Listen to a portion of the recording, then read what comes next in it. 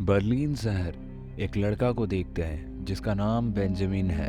Interrogation room में बैठा रहता है क्योंकि उसने एक होटल रूम में कल रात कई लोगों को मरे हुए देखा है और उसके पास साइबर माफिया के बारे में सारी जानकारी रहती है। उसे एक इंट्रोगेशन करने के लिए हेरा, जो कि यूरोपोल साइबर डिवीजन की हेड रहती है, वो इस केस को लेने से राजी हो जाती है और बेंजामिन से उसकी कहानी शुरू से बताने के लिए कहती है। बचपन से ही बेंजामिन के अंदर कुछ खास कर दिखाने का जुनून था, लेकिन उसे कोई नोटिस नहीं करता था।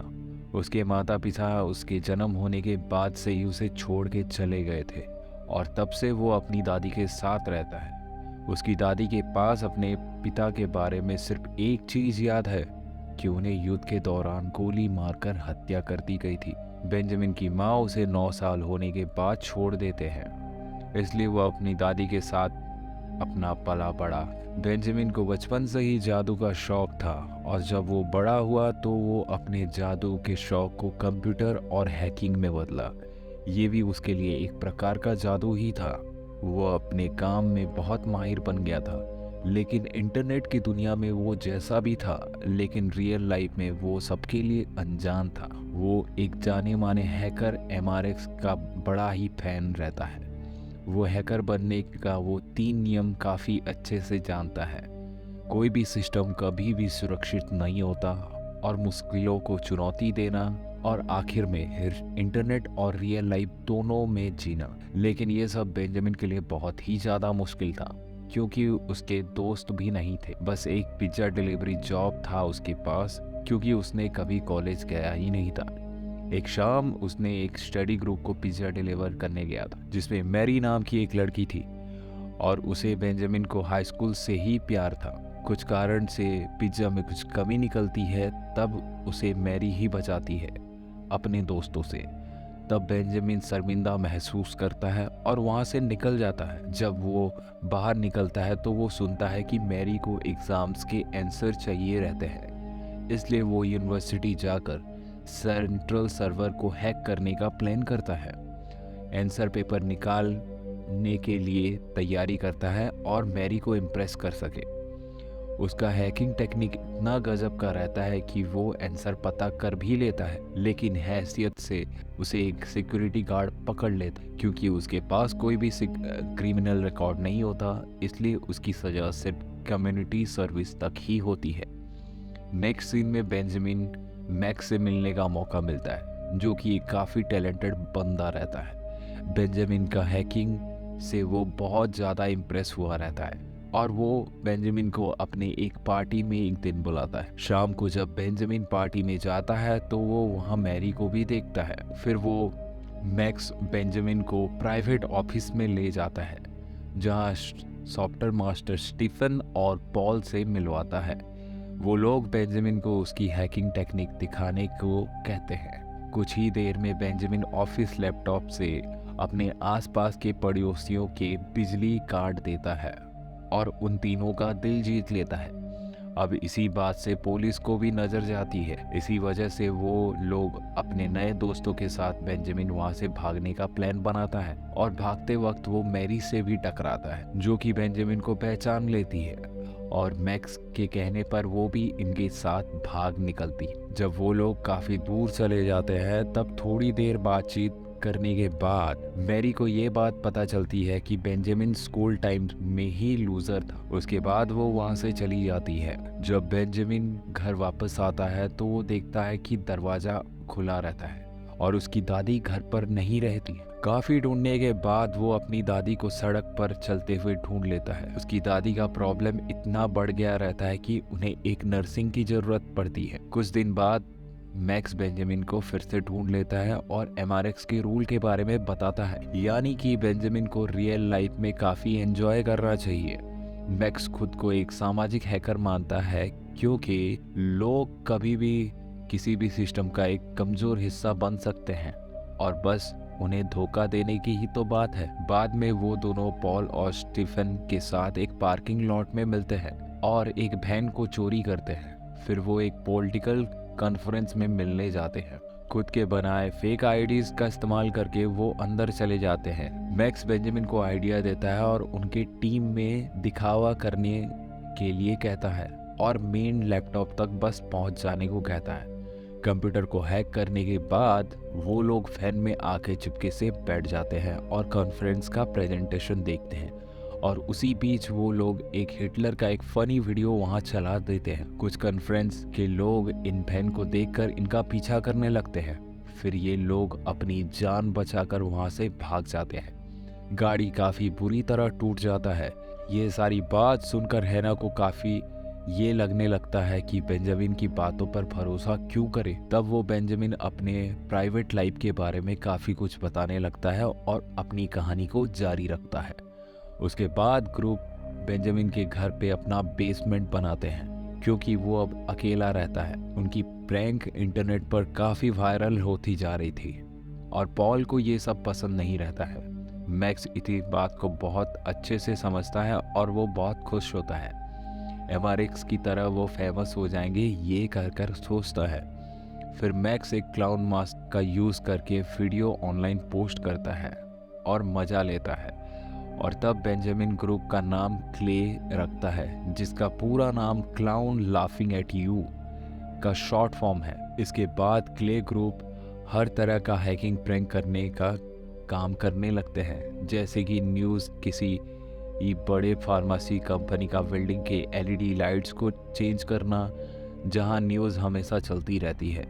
और इसके बाद क्ले जल्द ही इंटरनेट और रियल लाइफ की खबरों में बहुत ही ज़्यादा फेमस हो जाते हैं। एक दिन जब वो लोग स्टोर में रहते हैं तब वो मैरी को देखते हैं, लेकिन बेंजामिन सिर्फ उसे हाय ही बोल पाता है। और इसी बात से मैक्स को गुस्सा आ जाता है और वो कहता है कि तुम्हें लड़कियों से बात करने की कला सीखनी चाहिए मेरे से। और वो जाके मैरी और उसके दोस्तों के साथ बात करने लगता है और बेंजामिन इसी चीज़ को छिपके से देख रहा होता है और वो अफसोस महसूस करता है कि इधर हैना को गवर्नमेंट के साथ बातचीत करने का मौका मिलता है। हाल ही में कुछ बड़े हमले सरकारी सिस्टम पर हुए रहते हैं। तब हैना को लगता है कि ये काम सिर्फ फ्रेंड्स ग्रुप का हो सकता है। फ्रेंड्स ग्रुप एक खतरनाक रशियन साइबर माफिया ग्रुप रहता है, जिसे वो उसकी यूरोपोल की टीम 3 सालों से पकड़ने की कोशिश कर रही होती है। फिर अगले दिन बेंजामिन अपने आगे की कहानी बताता है। वो कहता है कि वो और उसकी टीम मिलकर एक दिन एक रेडियो कॉन्टेस्ट को हैक करके पोर्शे की कार जीत लेते हैं और पूरे शहर में घूमते हैं। फिर वो लोग लड़कियों को रास्ते में पार्टी करने के लिए बेंजामिन के घर ले जाते हैं, जहां शराब और नाच गाना होता है। लेकिन बेंजामिन के दिमाग में बस मैरी ही याद आती रहती है। तब वो कार में उसे ढूंढने निकल पड़ता है। वो उसे एक क्लब के बाहर मिलता है और उसे एग्जाम्स के बारे में थोड़ी बातचीत करने के बाद बेंजामिन मैरी को किस कर देता है। इसी वजह से मैरी को गुस्सा आ जाता है क्योंकि बेंजामिन मैक्स की तरह बनने की कोशिश कर रहा था। मैरी नाराज होकर चली जाती है, लेकिन जब बेंजामिन उसे सॉरी कहने के लिए उसके पीछे जाते वक्त मैरी का दोस्त आके उसे एक घूसा मार देता है और वो कहता है कि मैरी से दूर रहना। अगले सुबह ग्रुप को एमआरएक्स की एक मैसेज मिलता है, जिसे उनका मजाक उड़ाया जाता है क्योंकि उनके डॉक्यूमेंट में हैना ने क्ले को कुछ गलत मेंशन किया था। मैक्स को गुस्सा आता है क्योंकि वो एमआरएक्स को इम्प्रेस करने की कोशिश कर रहा था ताकि उनके टीम में शामिल हो सके। इसलिए बेंजामिन एक आइडिया देता है। वो बीएनडी के जर्मन सेंट्रल इंटेलिजेंस के बिल्डिंग के कंप्यूटर को हैक करना चाहिए। ये उनका सबसे बड़ा मुश्किल टास्क होने वाला था, जिसमें इन्हें जेल भी हो सकता था। उसके बाद वो लोग मिलकर ट्रक को फॉलो करते हैं जो कि बीएनडी के गार्बेज की तरफ जा रहा होता।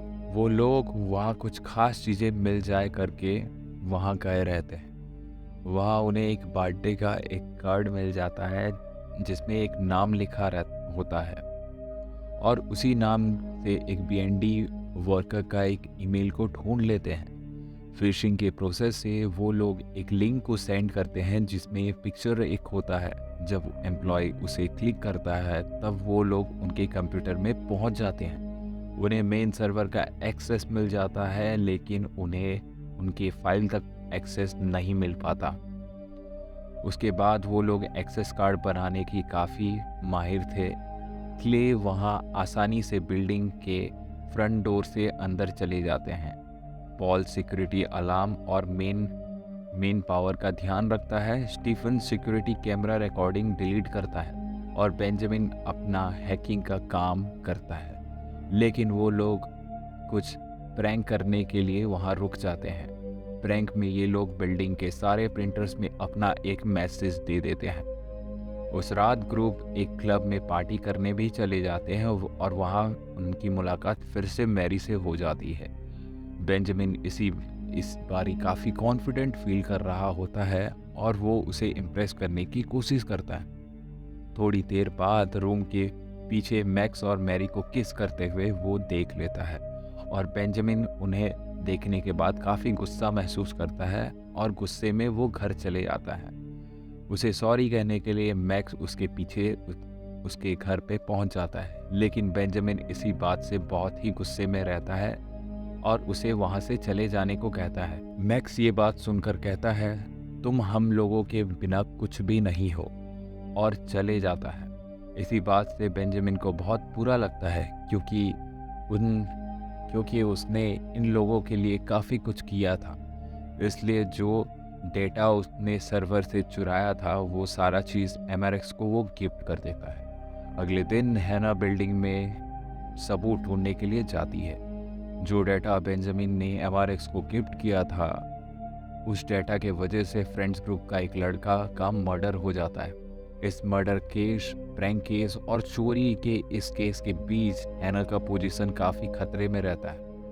दूसरी ओर मैक्स, पॉल और स्टीफन बेंजामिन के पास पहुंचते हैं और उसे धोखेबाज कहते हैं। इसी बात से मैक्स और बेंजामिन के बीच में काफ़ी लड़ाई हो जाती है।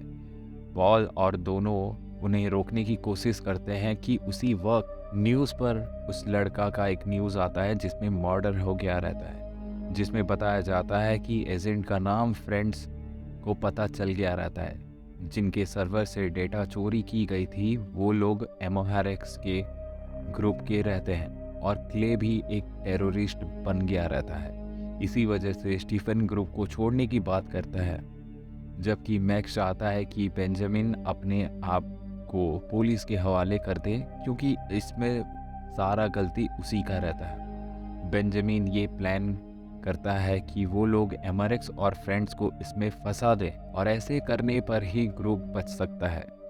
उसी वक्त डोर का बेल बजता है और बेंजामिन डोर खोल ले जाता है और देखता है कि बाहर मैरी रहती है। वो बहुत परेशान रहती है क्योंकि कल रात बेंजामिन उसे बिना कुछ कहे वहाँ से गायब हो गया था। बेंजामिन उसे अवॉइड कर रहा होता है और उसे कहता है कि वो वहाँ से चली जाए। मैक्स और बेंजामिन मिलकर उस हार्ड ड्राइव को मिटा देते हैं और वापस अपने घर चले जाते हैं। रात को जब सारे ग्रुप सो जाते हैं तब बेंजामिन उस वक्त हेडक्वार्टर का ऑफिस में फिर से जाता है और विजिटर बनने की कोशिश करता है और सिक्योरिटी गार्ड को कहता है कि मेरा वॉलेट अंदर छूट गया है जहां मेरा इम्पोर्टेंस डॉक्यूमेंट है। फिर गार्ड्स काफ़ी बहस करने के बाद उसे 2 मिनट का वक्त देता है। बेंजामिन अंदर जाके एक चिप को बीएनडी बिल्डिंग के एक टेबल के नीचे छिपा लेता है। अगले दिन वो एमआरएक्स से डार्क नेट्स में मिलने जाता है, वो ट्रोजन देने के लिए। बट जो ट्रिक बेंजामिन उनको फंसाने के लिए कर रहा होता है, ये ट्रिक एमआरएक्स को पहले से ही पता होती है। इसलिए वो लोग बेंजामिन के कंप्यूटर को हैक करके उसकी एक तस्वीर खींच लेते हैं और पूरा पब्लिक में फैला देते हैं। और तभी रशियन माफिया का एक ग्रुप बेंजामिन अपनी जान बचा के फिर भागने लगता है। फिर वो लोग मेट्रो टनल में जाकर छिप जाते हैं और वो लोग उन्हें ढूंढ नहीं पाते। जब बेंजामिन होटल में लौटता है तो वो देखता है कि उनकी सारी दोस्तों का मर्डर हो चुका है। गोली को उठाता है और बेंजामिन पुलिस को बुलाता है और हैना को ये सारी बात सब कुछ बताता है। वो फिर से अनजान बनना चाहता है और अपनी मार्टिन आकर हैना से कहता है कि बेंजामिन का भरोसा ना करे। हैना उससे मनाने के लिए उसे समझाती है कि बेंजामिन ही एमआरएक्स और फ्रेंड्स को पकड़ सकता है। इसलिए जो असली अपराधियां हैं, बेंजामिन को एक कंप्यूटर देते हुए वो कहता है कि अपनी जादू का काम करने लगे। उसके बाद वो डार्कनेट में चले जाता है और एमआरएक्स के रूप में बनकर उन्हें फंसा देता है। लैब टेस्ट करने के बाद साबित होता है कि होटल में बेंजामिन का फिंगरप्रिंट मिलता है। फिर बेंजामिन कहता है कि मैं अगर यहाँ से बच गया तो मैं और कभी ज़िंदगी में हैकिंग करूँगा ही नहीं। बेंजामिन को रिहा कर दिया जाता है और उसके बाद वो अपने हेयर को कलर कर देता है और दूसरे देश भेज दिया जाता है। और यही मूवी का क्लाइमैक्स रहता है जब बेंजामिन, मैरी, मैक्स, पॉल और स्टीफन एक साथ एक शिप में रहते हैं। ये साबित होता है कि बेंजामिन दिमागी बीमारी से गुजर रहा होता है। ये सारा प्लान क्ले ग्रुप सिर्फ हैना को सोशली हैक कर ख़त्म हो जाती है। दोस्तों, आपके अपने हिंदी वुड चैनल को सब्सक्राइब करने के लिए आपका दिल से शुक्रिया।